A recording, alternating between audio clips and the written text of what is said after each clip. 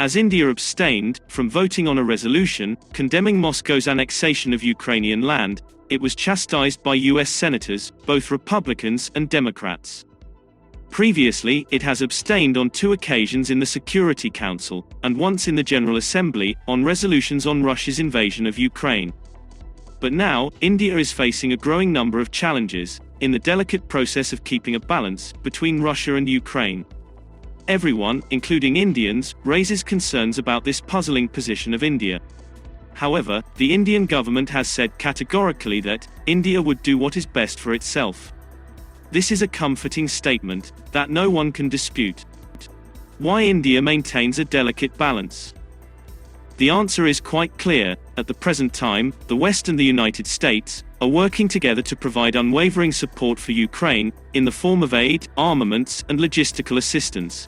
However, the question is whether the US or any other Western country would assist India if it faced a situation similar to Ukraine. And the answer is, most likely, or certainly no. So, yes, India must act to preserve its own national interests, and no amount of Western pressure should force India to abandon its balancing act on the Ukraine conflict. Let me show you the facts that led to India's lack of faith in the United States, and why India should not abandon its balancing act. After independence, there were various efforts to curtail the nation's sovereignty, as well as to lay claim to Indian territories.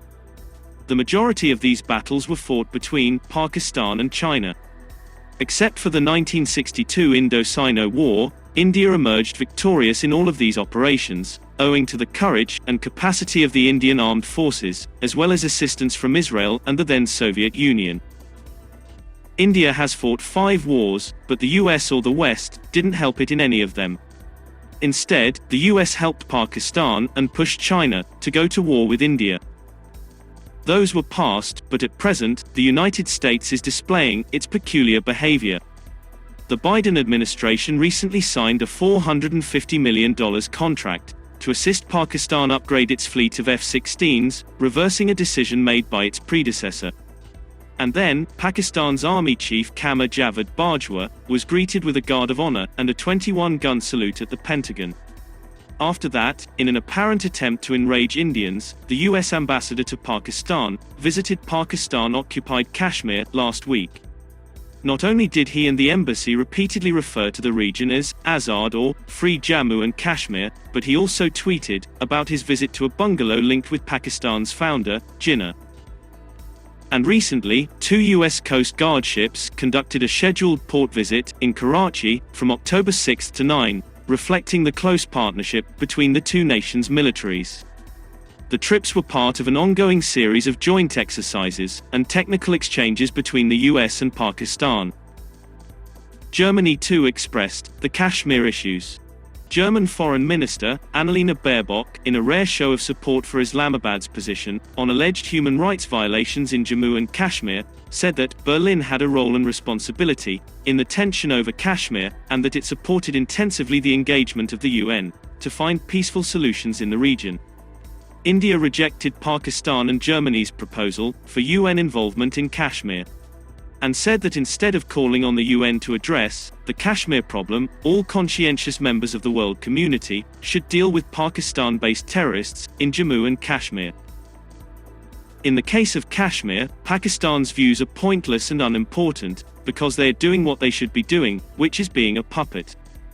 But it's difficult to assess Baerbock's comments, because senior Western officials rarely say in public that they want the Kashmir issue to be taken to the international level, so Baerbock's comments indicate a shady political game.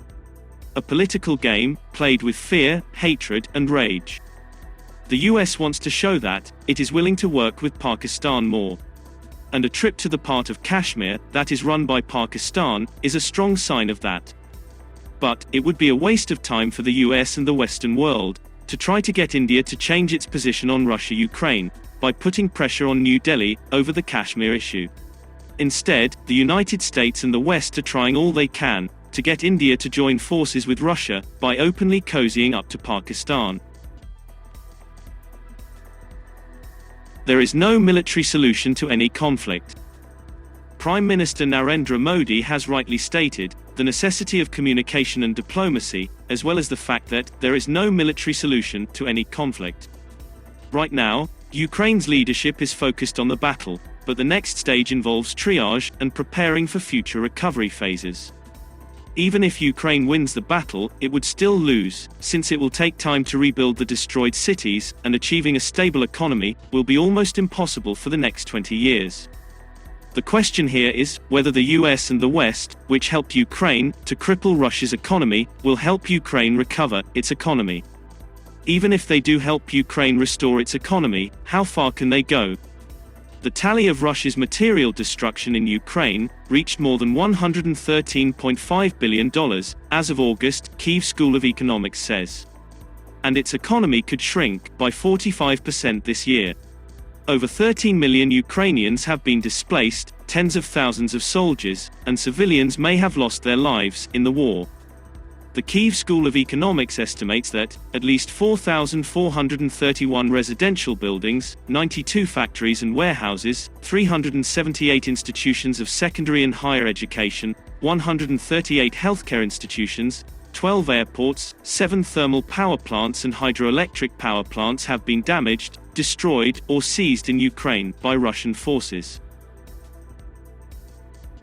This statistic is out of date, and is most likely an underestimation of the damage done to Ukraine, as a result of Russia's invasion. Whatever the actual number is, it is a climbing target. Since the start of the conflict, dozens of nations have given billions of dollars in military help, but they have been unable to stop Putin. And a huge nation like India cannot jeopardize its interest by aligning with any country. Russia is a trading partner with significant strength in the Eurasian area.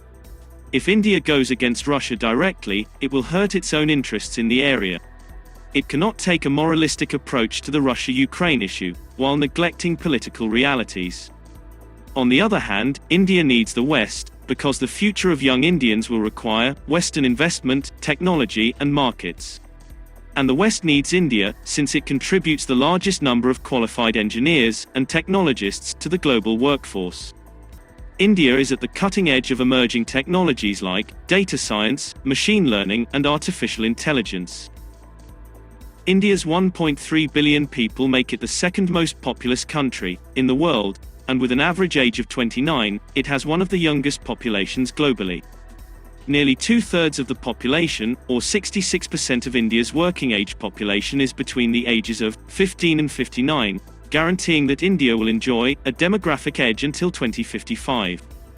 And this is an appealing investment opportunity, both locally as well as through FDI. India has the potential to attract United States dollars to $160 billion in FDI each year by 2025. For example, the United Kingdom desperately wants a trade agreement with India, and in exchange, it may grant thousands of work visas to Indians who want to come to Britain. The UK need employees in a variety of fields, including scientists, veterinarians, care workers, architects, painters, graphic designers, and others, and will even enable businesses to pay 20% less than the visa qualifying requirement for some positions. Between 2019 and 2020, 48% more Indians were awarded Tier 4 student visas to the UK, while Chinese nationals, the UK's biggest overseas student population, were granted 56% less.